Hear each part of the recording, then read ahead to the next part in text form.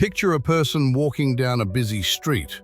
The wind tugs at their clothes, strangers bump shoulders, cars roar past, and someone accidentally steps on their foot. They turn around and smile. Why? Because they understand something crucial.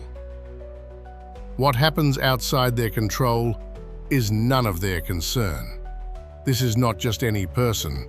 This is a Stoic, calm amid chaos, not angry, but free. Now picture yourself.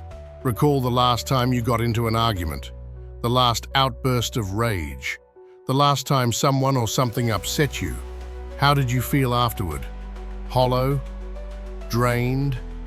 Maybe even ashamed at how easily someone could push your buttons. But who gave them those buttons? You did. Stoicism isn't a religion or traditional philosophy, it's a discipline, like physical training but for the mind. And its greatest strength lies in learning to remain indifferent to things beyond your control. The first step to never getting angry again is to clearly distinguish between what is up to you and what isn't. Marcus Aurelius, one of the greatest Stoics and a Roman emperor, once wrote, "Begin each day with the thought that you will meet the foolish, the deceitful, the selfish, but none of them can harm you unless you let them." Why would he say this? Because he knew if you expect fairness, peace, or respect from the world, you've already lost. The world owes you nothing. People will act according to their nature. Some will be cruel, ignorant, inconsiderate. And when you become angry at them, you only harm yourself.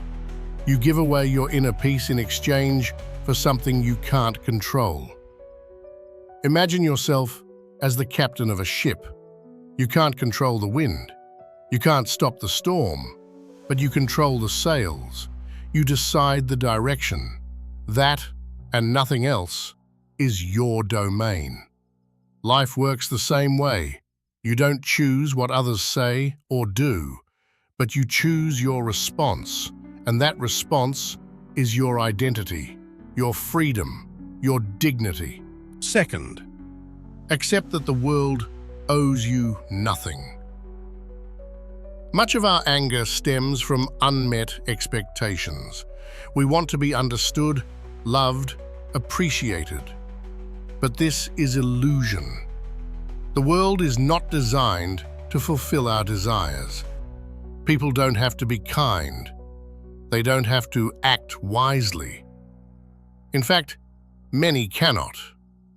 They are blind, just as you once were.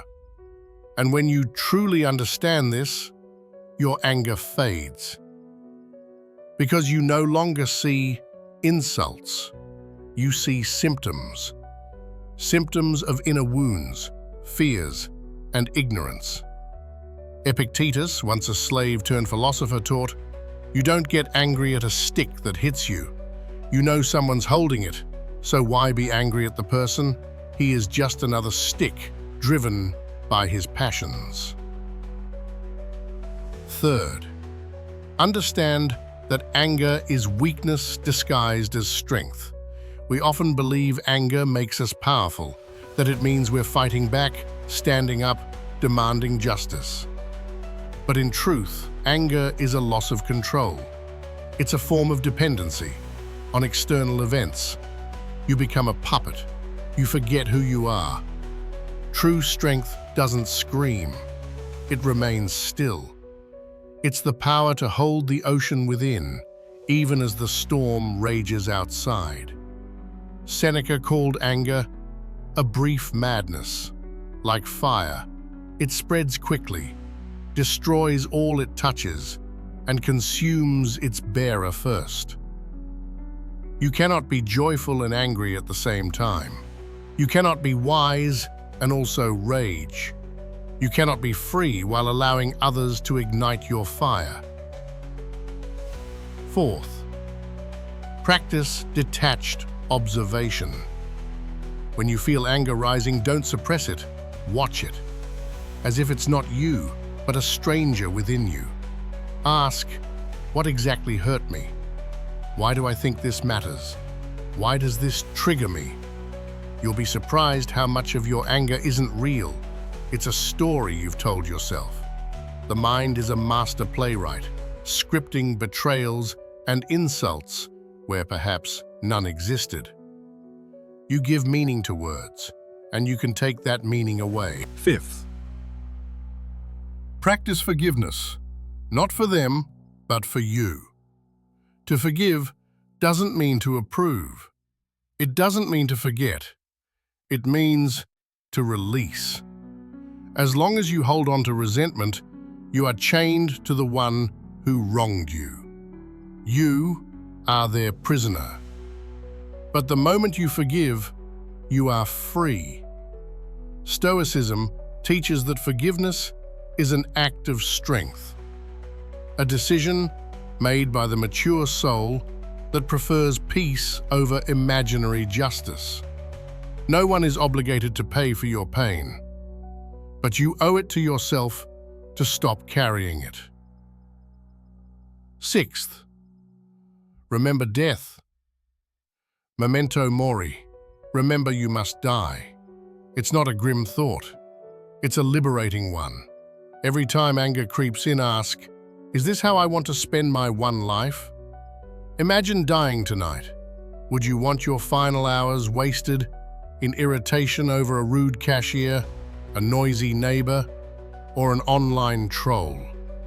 Or would you rather face the end in peace, with a clear mind and steady heart? Anger is a luxury the mortal cannot afford. Seventh, choose reason over reaction. Stoics have a simple practice. When irritation strikes, pause. Stay silent. Count to 10, or to 100, or 1,000. Insert a space between stimulus and response. In that space, you are human. Without it, you are a beast. You don't owe anyone an angry reply. You don't need to prove anything. Your only duty is to protect your inner calm. Eighth, be the example.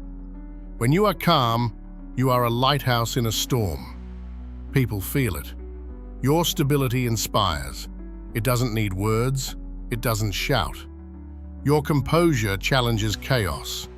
It is the highest form of influence, because it proves serenity is possible, not because it's easy, but because it's right. Stoics weren't emotionless. They were full of life, but they never allowed their emotions to govern them. They didn't fight the world. They embraced it as it was, and in that acceptance, they found their strength. You can be like them. This isn't a gift or a personality trait. It's a choice, a daily, deliberate, difficult choice, but one that sets you free. Do this. Begin to discern what's in your power. Start letting go of what's not. Observe instead of reacting. Forgive instead of retaliating. Think instead of raging. And you will never again be angry at anyone, because you will become someone beyond anger, someone who chooses wisdom, someone truly free. You won't defeat anger by fighting it. You'll defeat it by becoming transparent to it, like a mirror that reflects anger back without distortion, without reaction. Be that mirror, and no storm will ever touch your depths. Will you do it?